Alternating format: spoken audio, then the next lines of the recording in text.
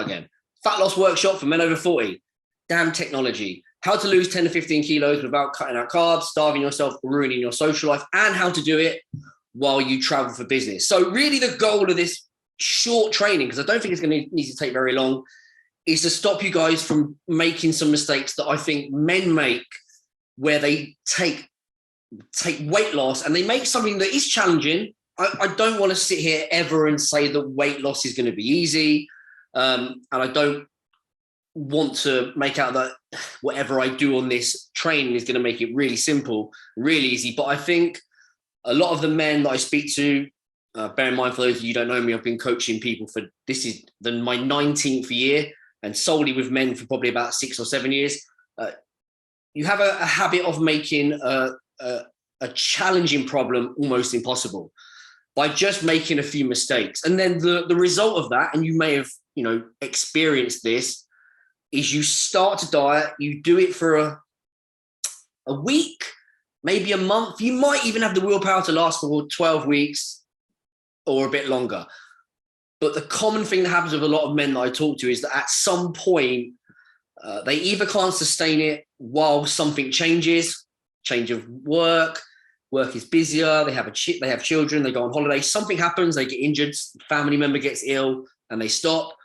Or they just get to what I refer to as a fuck it moment, where they go, I just can't do this anymore. Like, this is just, it's too difficult to sustain. And often people aren't getting the results that they want. So that's the outcome of this training, to stop you from making those mistakes, to make it a little bit easier, allow you to not experience all the negatives that come with weight loss. And hopefully, if I can get the pictures up, achieve something like this. Most of the guys in this picture are over 40. Some are a bit younger, but, a lot of the guys are over 40, kids, businesses, they travel a lot, and they didn't want a bodybuilder diet. It's a bit cliche to say that, I guess, but they didn't want something that was like a bodybuilder diet. They didn't want to be chicken and rice, 6 meals a day, always saying no to things.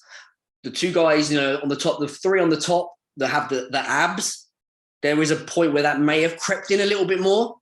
But for you guys watching this, if you don't have aspirations of being like, doing a photo shoot or having really shredded abs, then you don't have to be as strict as maybe you believe. So let's kick this off. Let's get into the training. I'm just going to cover a mistake, and then I'm going to cover a solution. So mistake number one, cutting out the foods you love. An obvious one. If I speak to 140 plus men, they will tell me that they are, if I say, how are you going to lose weight? What's the plan? Or if I speak to a guy on the phone and say, how are you going to do it this way? Like, if you don't join my program and you do it yourself, how are you going to do it? Or how have you done it in the past? Typically, they just say, I'm going to cut out junk food, cut out sugar, go teetotal, and I'm just going to, hope for the best, rely on willpower.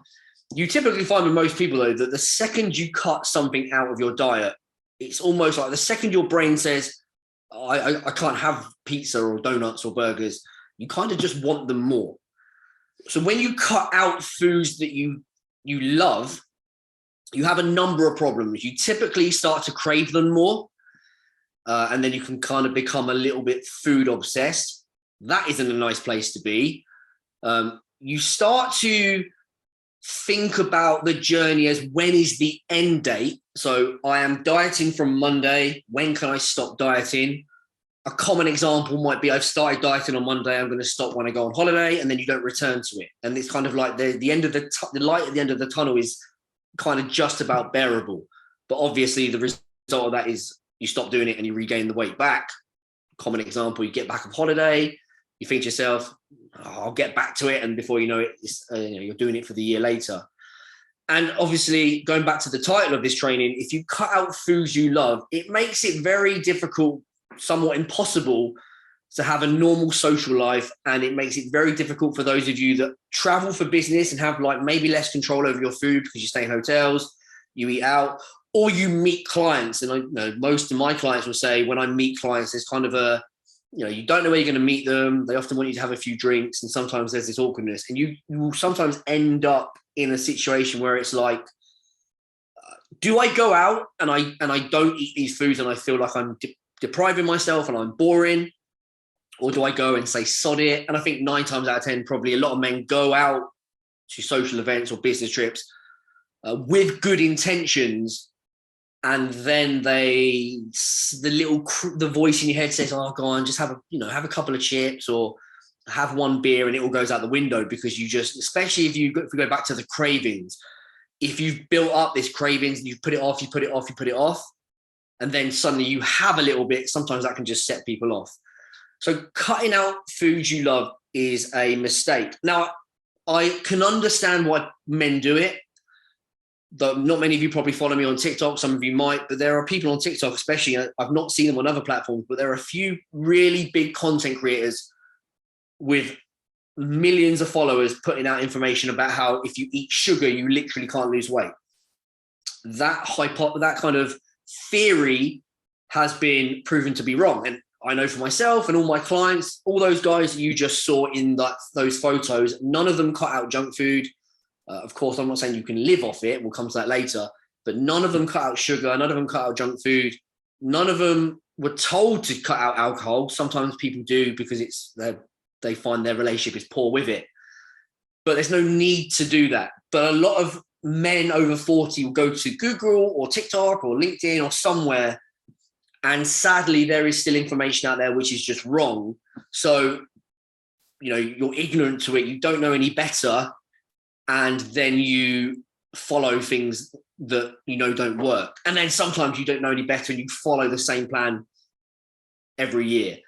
This is probably resonating with most of you because a lot of guys do this. The solution, follow the 90-10 rule. I'm going to talk on this one in a little bit more depth because I want to talk a little bit about strategy, which you guys can take away and try.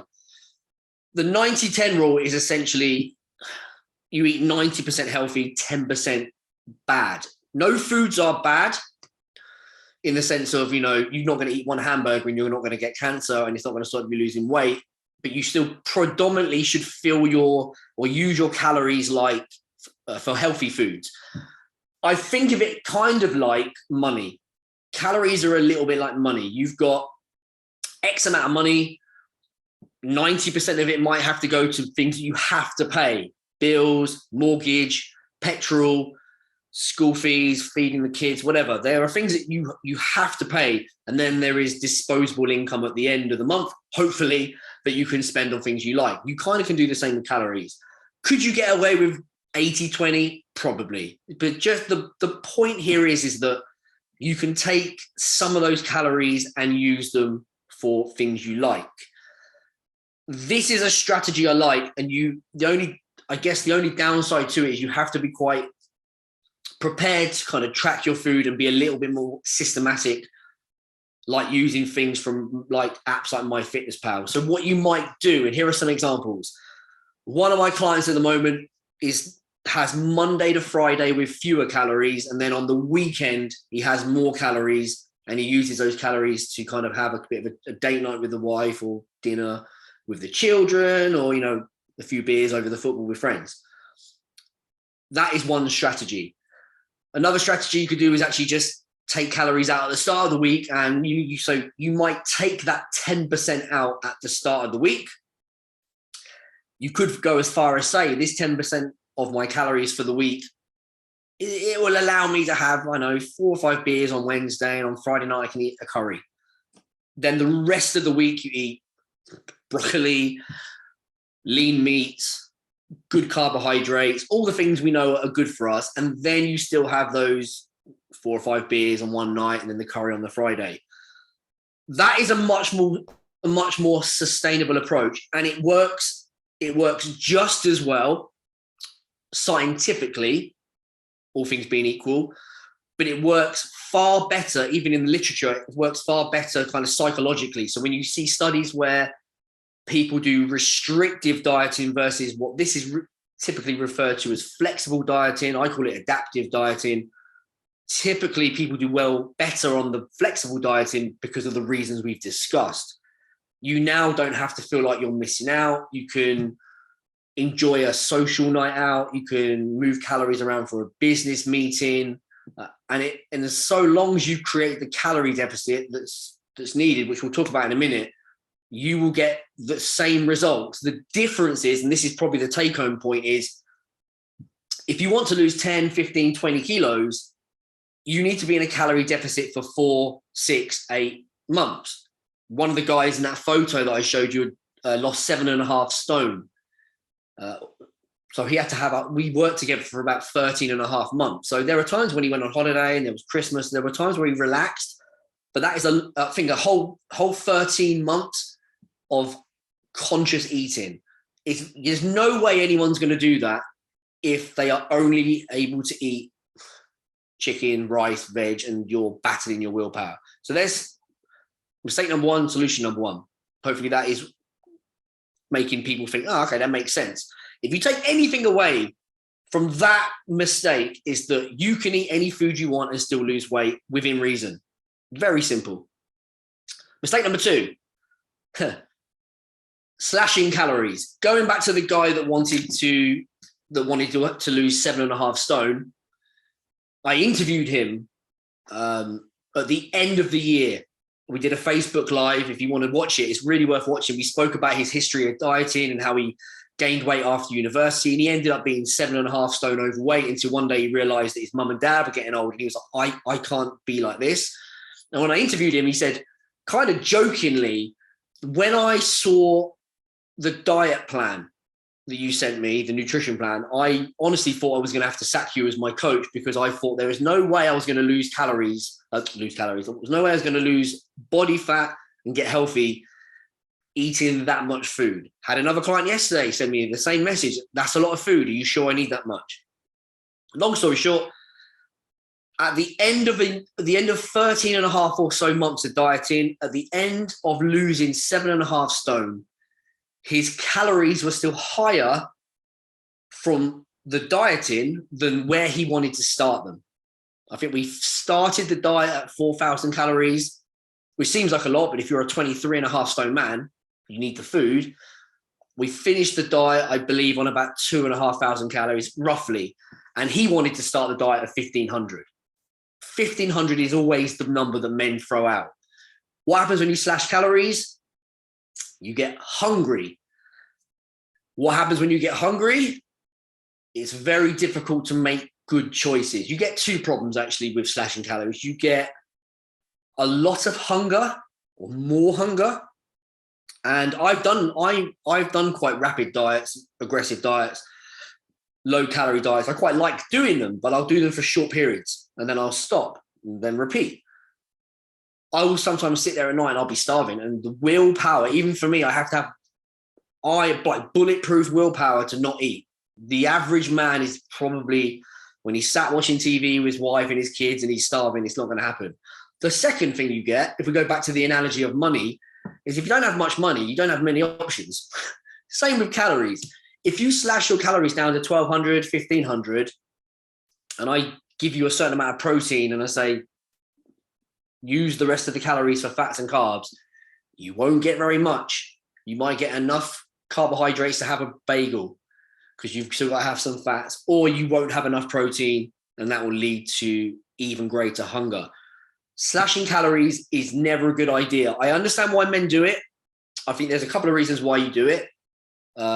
Desperation, number one. You want to fix the problem immediately. I think men go through a cycle of forget about it. Fuck, I need to do this right now.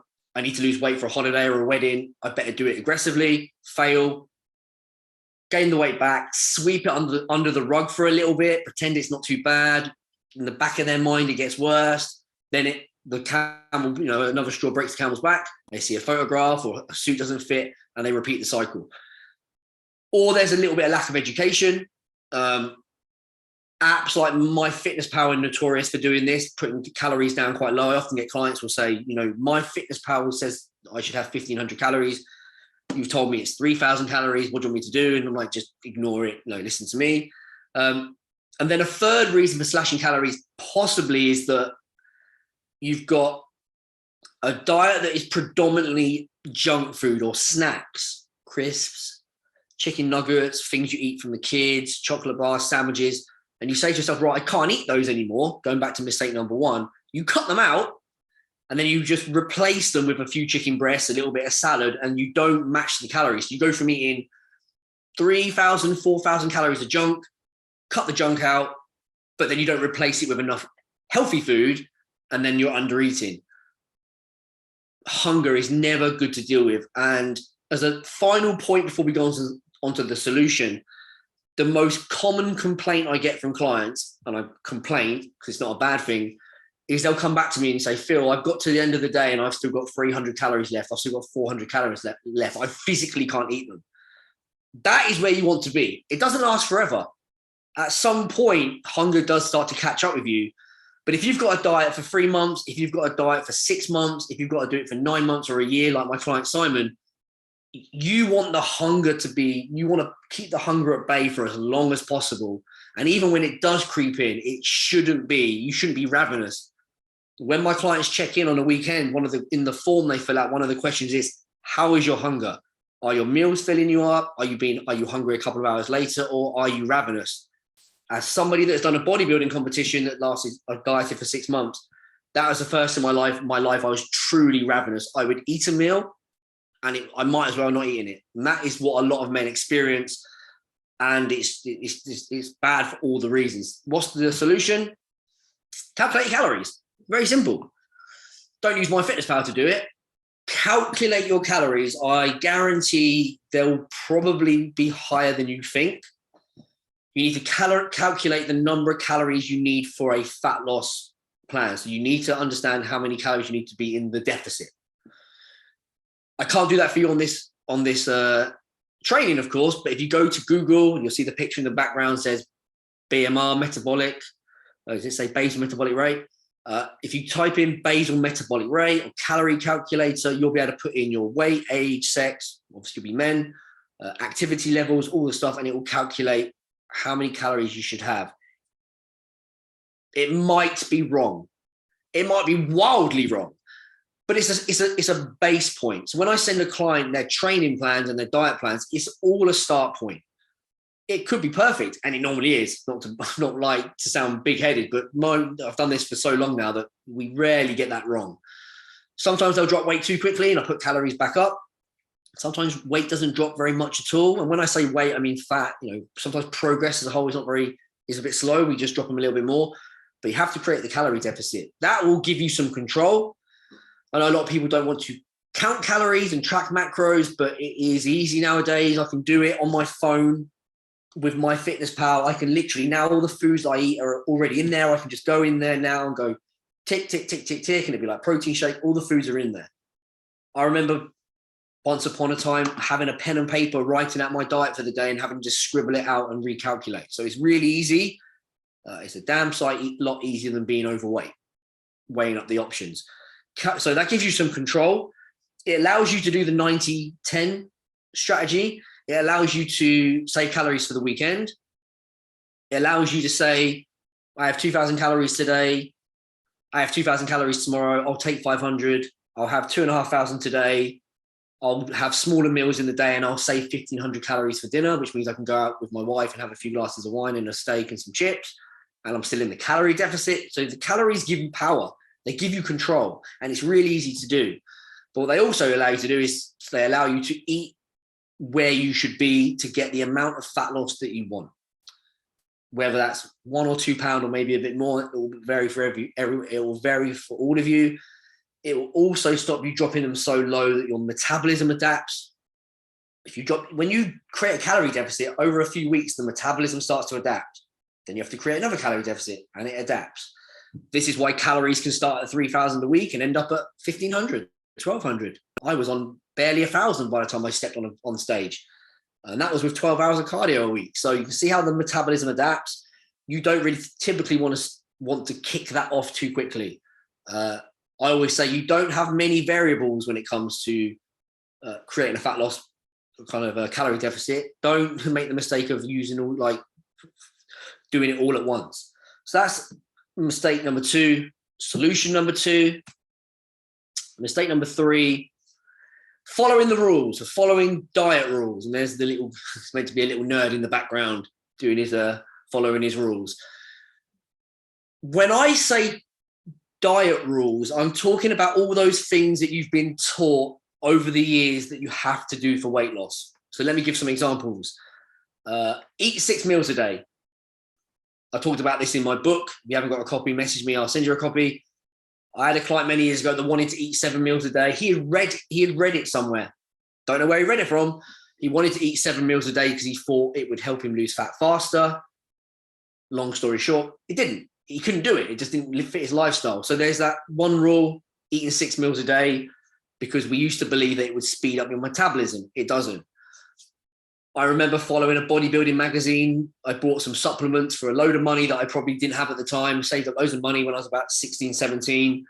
I bought some fat loss supplements. Let's see if I can get my picture back. No. I bought some fat loss supplements and it came with a booklet and there was some guidance in the background, in the back. I remember reading, if you want to get a six pack like the rest of the, like the models in this booklet are models, are bodybuilders and all the people you look up to, you need to stop eating carbohydrates at 4 p.m. I did it. And it had a real bad effect because one, I didn't actually get the six pack I wanted because I didn't understand the rest of the stuff I was doing. And I used to train in the evenings. So I'd stop eating carbs at 4, go to the gym at 8, and I was weak and tired and lethargic. I think I followed that for about 2.5 weeks. And then I was like, this is ridiculous. So not eating after a certain time, eating before bed because it will turn to fat. What other ones we've got? Skipping breakfast or eating breakfast. Sugar will make you fat. Fat will make you fat. At one point, people were saying grapes would make you fat. You get the point. These are rules you have to follow, that when you start dieting, you say to yourself, I am going to follow this rule, this rule, and this rule. And then what happens is you box yourself in. There's so many rules to follow that you've got an example. Let's take the low carb example. I must eat a low carb diet to lose weight. All's going well for a week until your best mate says, John, do you want to go down to the pub and have a pizza? Or do you want to have a few beers? Or you say, I'm going to do intermittent fasting. I'm going to stop eating at 8. And then you go to the cinema and you go and watch a late film at 9 or 10. And the rest of your family are eating popcorn. And you're like, should I eat it? Will I feel guilty? Diet rules. They basically make the bloody plan very difficult to sustain. And before going on to the solution, I will say that I have spoken to men that who followed stricter diets than I followed for when I was bodybuilding. And bear in mind, I made a British final. I got very lean, and I that was grueling. And I had a lot of rules to follow because my goals were more. The bar was raised, but I still speak to a lot of men who somehow make it stricter than I had it. I had one day off a week where I could eat junk food. It changed from week to week, but by the end, I was on a Sunday. I was eating junk food for 12 hours and I remember tracking it and I had 15,000 calories. Like, there are men that don't do any of this. So the best advice I can give you before moving on to the solution is to kind of be a blank slate and forget about them all. It's overwhelming, it's too controlling, and it doesn't allow the flexibility that a 40 plus man that probably has a job, a social life, kids, a wife, and all the things that go on needs. Solution is be a rule breaker or don't have any rules in the first place. I would say, and this is probably one of the things that clients say to me, that I think they're quite surprised that when I send their nutrition plan, there's quite a lot of written text to read, what I would kind of refer to as fluff.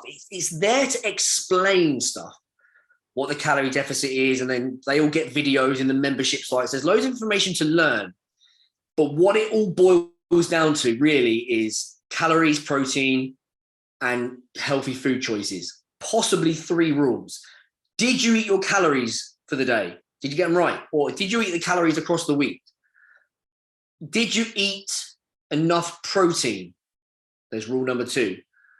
Did you get 90% of your calories or 80 to 90% from your calories from good foods? Did you have fruit and veg? Did you include olive oil and avocado? Did you have a well-rounded diet? Yes. Fine. If you do that, you'll lose body fat. I don't care if you had 3 meals or 6. I don't care if you had breakfast or not. I don't really care if you went low carb or high carb. I don't care if you did the keto, if you did intermittent fasting. Don't care if you want to be a vegan or a vegetarian. I don't care if I just don't care. If anybody comes into my program and follows those things, calories, protein, healthy food choices, and consistency, they'll see results. Now, as time goes by, yes, some rules get added. There may be some things that change. But if you are looking you're kind of overweight and you're struggling, to be consistent, and you're saying to yourself, God, I've been trying to lose weight for many years, start where you need to start. Like, if you went if you went to study a new subject now, you wouldn't go straight to the PhD. If you suddenly said, I want to study engineering, and you have no idea about engineering, you start really low down, maybe learning maths and physics at GCSE or something. You work your way back up based on your goals. It's very similar with nutrition and fitness. You're just an average dude at the moment that can't string together enough time, gets pissed off, it's not sustainable. Let's simplify it. Let's take away all the bloody rules. Let's just do the things that matter now. And then once those things are, you've created the habits, they're easy. And you say, I guess as well, I think for a lot of my clients, they build some self-confidence. They say, right, I've managed to do the calories, I'm tracking, I'm making better choices, I'm building a better relationship with food because I had a chocolate bar last night, but I didn't have 5. And of course, they're going to the gym and, working on their mindset and doing their cardio. Then you can say, I might say to them, okay, look, well, I wouldn't mind you adding this rule. And then they may achieve their goal and that's all they have to do for the rest of their life. Or they may say, I started off wanting to be toned and slim, but actually now I wouldn't mind a 6-pack. It happens from time to time. That's when, okay, we may have to make the rules slightly harder.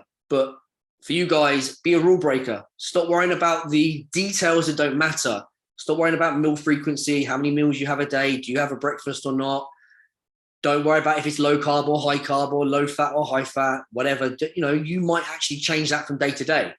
If you looked at my diet, or if I took a client's diet and I put out a map, like a graph, I guess, of a month, you might see the carbs go like this. They may be low for a few days. They may be high for a few days because they're just changing the carbs and the food choices and the meal frequency. They're changing the variables to kind of meet the needs that they have on the day. Do they have a party? Do they have a business meeting? Are they super busy in the morning with school runs and emails and they don't have a breakfast? You couldn't, like, for the most part, you couldn't look at their plans and say, I know that so-and-so is doing a low carb or a high carb. Because really, the only thing that's really going to be consistent is the caloric intake, the protein, and generally good food choices. Right, that covers the training. The 3 things that kind of really matter, really.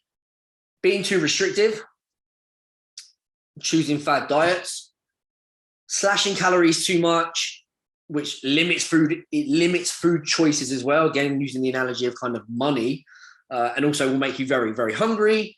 And then, just being too rigid with the rules. All of those things together really make, in my mind, what I'd consider a fad diet, something that is just unsustainable, allows progress, and all these things work. Let's not forget, they all work, but they don't work forever. I used to say to clients, you should never focus on how much weight you can lose in a week. You should focus on how much weight, fat, progress you can get over the course of many weeks.